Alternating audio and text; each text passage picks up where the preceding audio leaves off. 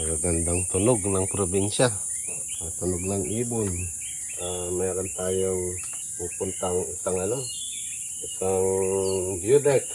Ito ay rekomenda ng aking pinsan, si Prof. Joel. Pasyalan natin.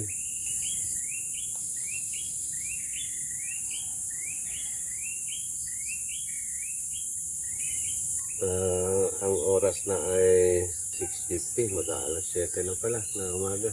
So gumiting tayo ng alas 4, balak natin alas 5 umalis. At ito, mag-aalas 7 na. Okay. So, larga tayo mga kawanday. Okay.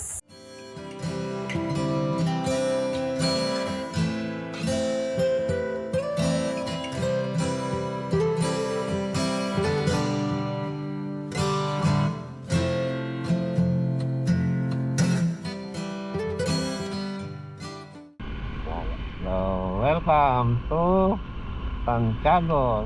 Dito, sa unahan lang konti mga kawander. Yung papasukan natin pa kanan. Papuntang Bidlid ba? Dito lang din yan sa Bungad. Ngayon ko lang din nalaman. Dito rin yung skyline. Okay, tulid-lid na town. Ito tayo. Nakailang daan na tayo dito mga kawanda. Hindi na tayo. Bawat balik natin, pamamasyal natin sa bayan namin, yung mga bagong nadidiscovering mga magagandang tanawin at pasyalan dito.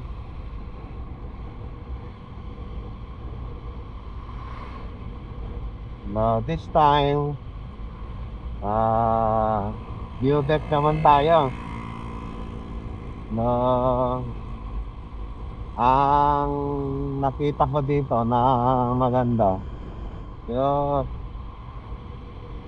amazing yung yung kalsatang paakyat. Makikita mo yan sa parang yung daanan sa ibang bansa na dumaan sa gilid ng bundok, parang ganun, no?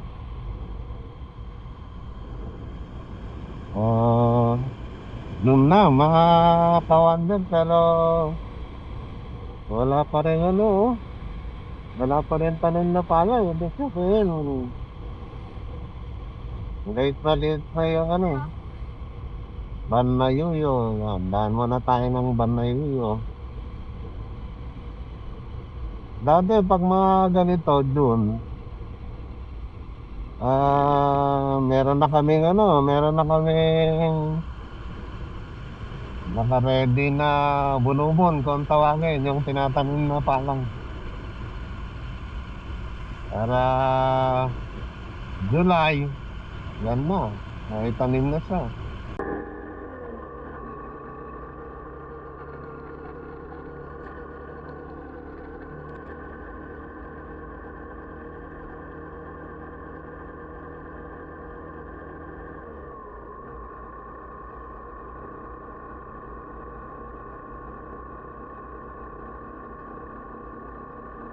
Dati, nung unang punta ko sa skyline, dito ako dumaan, pauwi sa amin. Kung pumunta naman ako, unang punta ko ng Bel Pilar, Tirad Pass. Dito yung dinaanan ko.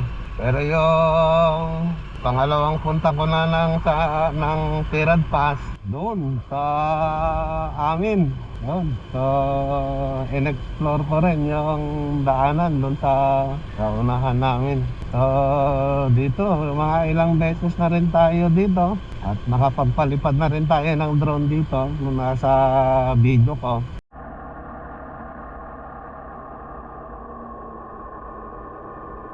Kahit pabalik-balik na tayo dito, kawanan. Napakaganda pa rin ng tanawin, hindi nakakasawa. Grabe. Malamig yung ano, yung hangin.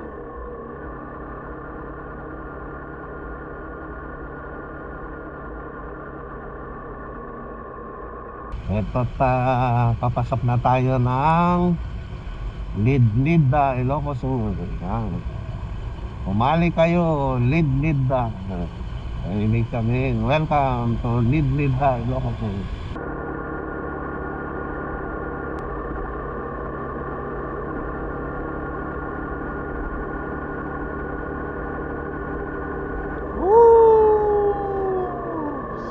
Grabe, sarap. Ganda ng paligid. Sabihin natin. So, magandang kalsada dito. Hello, Lidlida. Wala ibang mga nagpe-checkpoint ngayon dito. Parang malapit na tayo. Sabi ng aking pinsan, dati daw sarado. Ngayon bukas na daw. So, tignan natin. Dito na.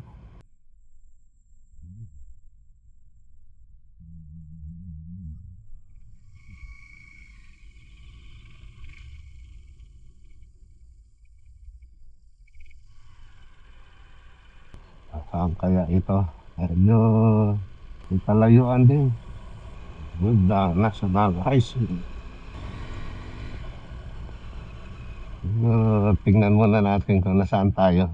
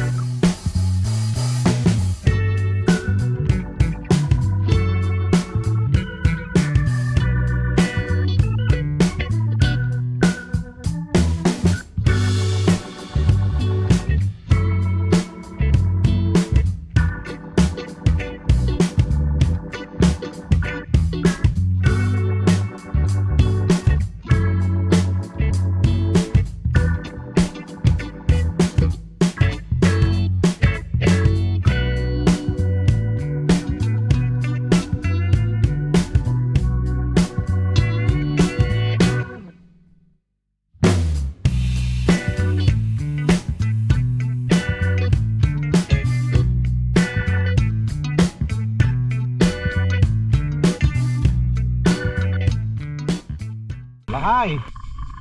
Dito jay dalan nga mapanjay Lidlida view deck. Datoy. Salamat ah.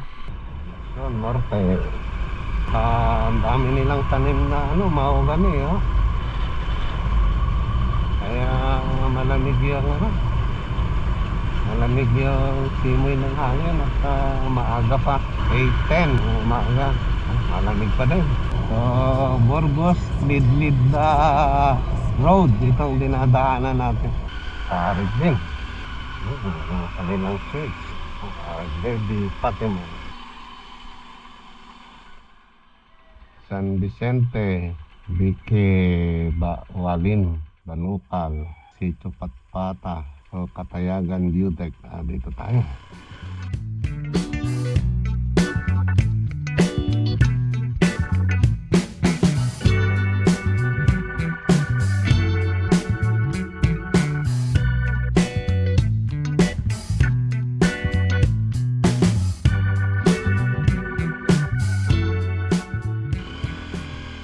Tayo dito.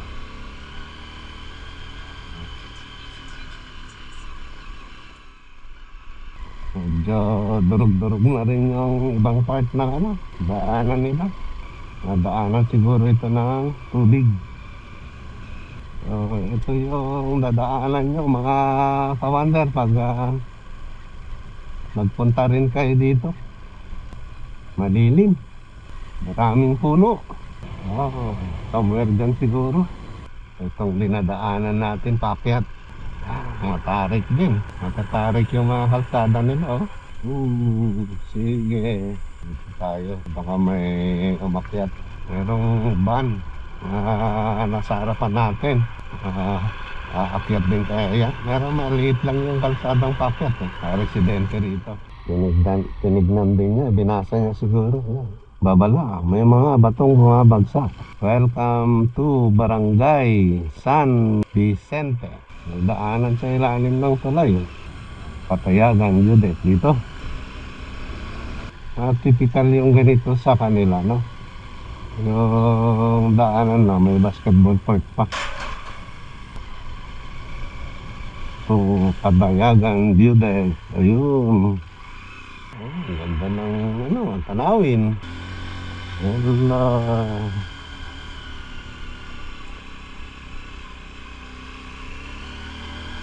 Ay, grabe.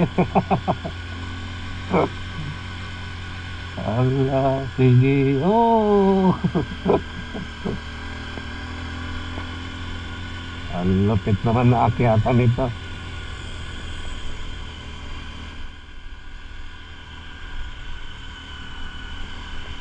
Sigsag. Iyan, oh.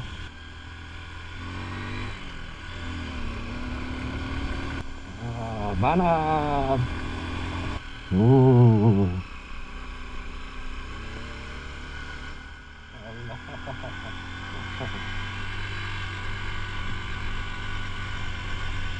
Grabe. Sige.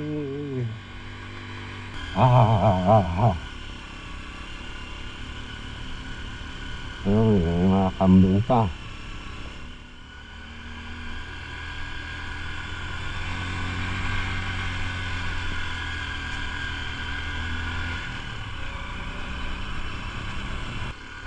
Malapit na tayo.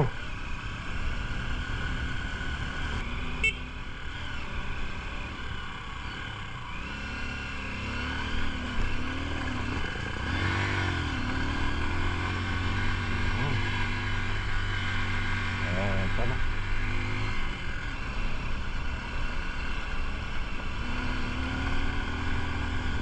Medyo maiksi na yung kalsada.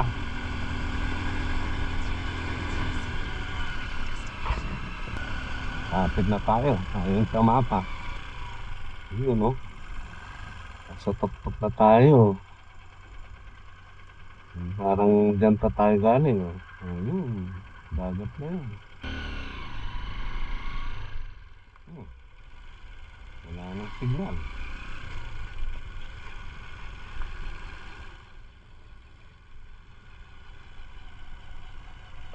Sana kaya?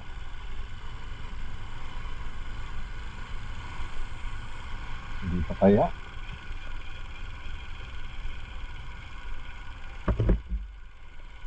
Wow.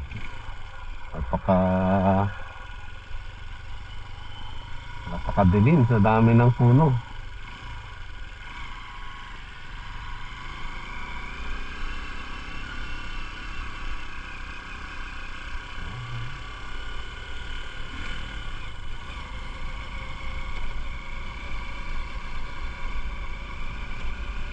So, hindi pa tayo lumalagpas. Baybayin lang natin to hanggat pa may kalsada.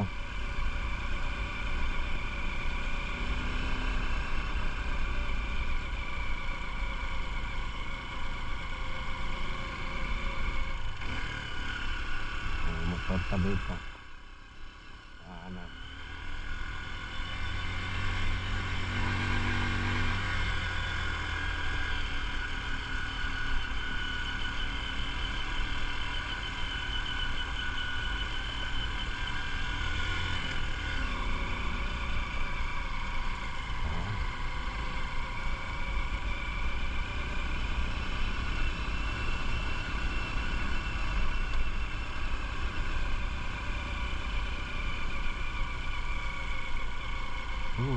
Grabe.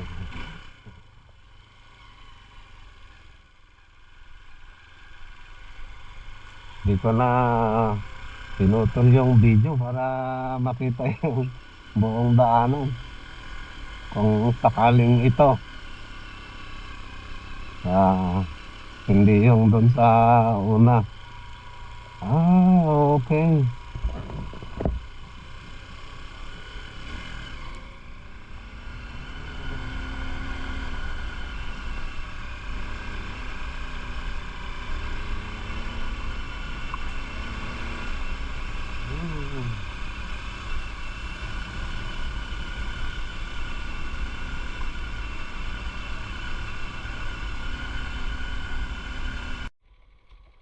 Yan.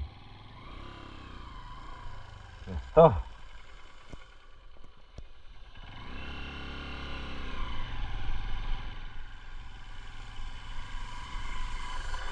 Kita ko na sa videos to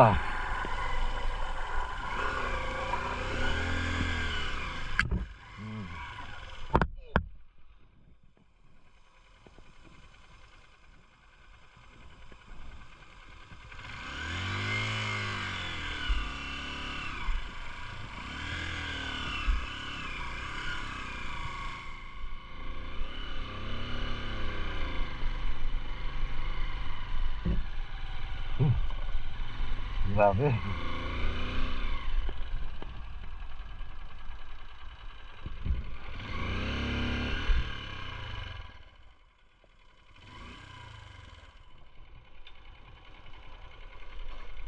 Dito na lang siguro tayo. Tignan muna natin. Siguro dito sa taas. Kaso hindi na natin hindi na kaya. Siguro iwanan muna natin dito yung motor. Tapos silipin natin sa taas. Kung anong meron.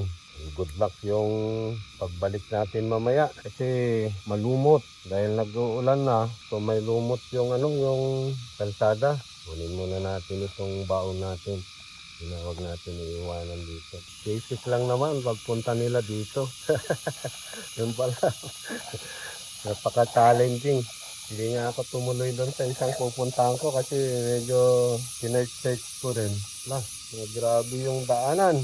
Naririnig mo na lang yung mga, ang tawagin namin sa Ilocano yan, yung mga kundidit, yung mga barairong, mga parang kamag-anak, parang salugubang, meron lalaking itim yan, taka matitigas, nasa puno sila, sa bundok, normal yung maririnig mo ganyan. So ito yung ito yung dadaanan natin. Ikat muna natin. Madulas na to. Lalo dito. Pero may mga gulong sa bikit lang siguro. Wala na. Hindi na kaya. Ito na yun. Nakawander. Yan. Umakyat na mga bike siguro dito. Dahil ayan napapansin nyo nasa tuktok na tayo. Natin. Sometime nakita na rin natin to sa mga video. Taas nga. Ayun Dire-diretso pa. Parang na to, trekking. Maganda yung daanan.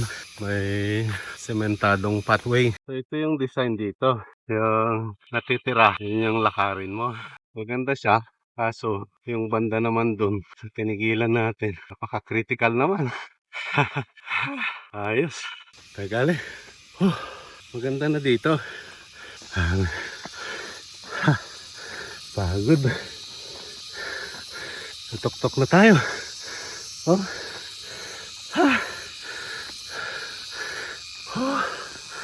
Eto na. Siguro.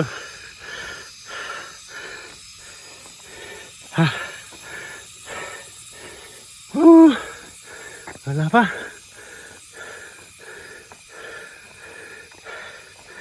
Yun yung mga critical na area. Ayun Pag naiakyat mo na yan doon, pwede uli dito. Mas maganda rito. Matarik. Yan na lang medyo critical doon. Yung pagkurba kasi, medyo maiksi yung kurbahan niya. Yan sa likuran natin. Pawis-pawis na naman tayo. Ayos. Sabi. Dito nga adventure natin. Luwag dito eh. Oh, kaso may nakikita akong mga motor na umaabot dito. Ganun kaastig. Ha, ayan na. Kikita na natin. Ayan. Nasa taas na. Grabe. Pero dito, yung napanood ko malinis. So, ibig sabihin, malinis yung kalsada. Mga summer siguro. Tagulan na kasi. Ayan. So, dito, sa part na ito, malinis ito sa mga nakita natin. Ngayon, madamo na siya. Yo. Ayan. So, dito nakapark yung mga motor nila. So siguro pag summer, yan, malinis na malinis to. Ngayon hindi nila nalinisan kasi nag-close daw ito eh. Yan, siguro kaya hindi pa nalilinisan. As dun tayo galing. So dito sa kabundukan na yan tayo dumaan. Yung ano, yung tulay na dinaanan natin yun. Pag nalinisan ito, ang ganda-ganda ng ano yan. Dati yung papanood ko dito, malinis to eh. Kakakyat pa yung mga motor. So siguro ngayon, dahil sa nagsara daw siya, hindi pa gaanong nalilinis. Tapos yan, ikat konti yan no, para makita yung paligid. O, iwanan yan, isang magandang view niya. Grabe. Relaxing. The best. So, yan yung tanawin natin. Diyan tayo galing. Ayun. The best. Grabe. Yun yung tulay na dinaanan natin kanina. Pag ganun tayo doon. Ayos. Suabe. Ang problema na lang natin yung pagbalik. Dapat pala eh, hininto ko na dun sa baba kanina. Anyway, problemahin natin yan mamaya.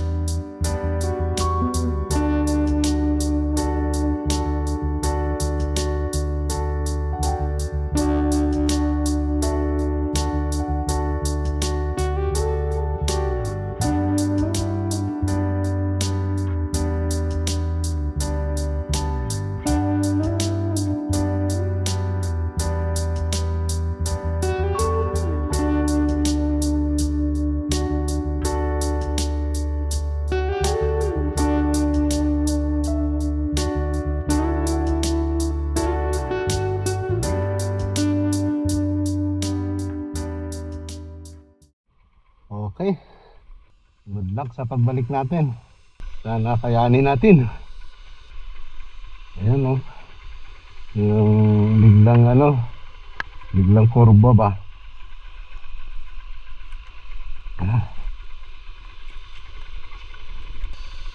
Dito yon sa baba yung mas delikadong isa. Dito dapat tumigil na. Or doon sa baba kanina. Grabing adventure. Gusto mo ng magagandang lugar, talagang paghihirapan mo. Mga magagandang view. Yan.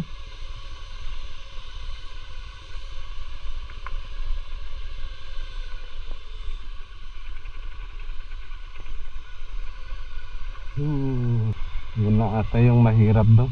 Nadaanan na ata natin.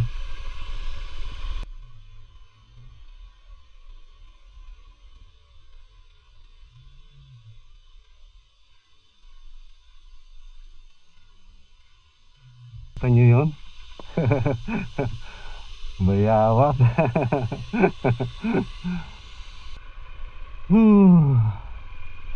Kaya natin to. Yan.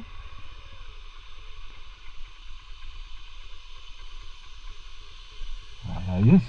Kung matarik ito, tapos bato pa, ayun ang delikado. At least ito naman ay semento.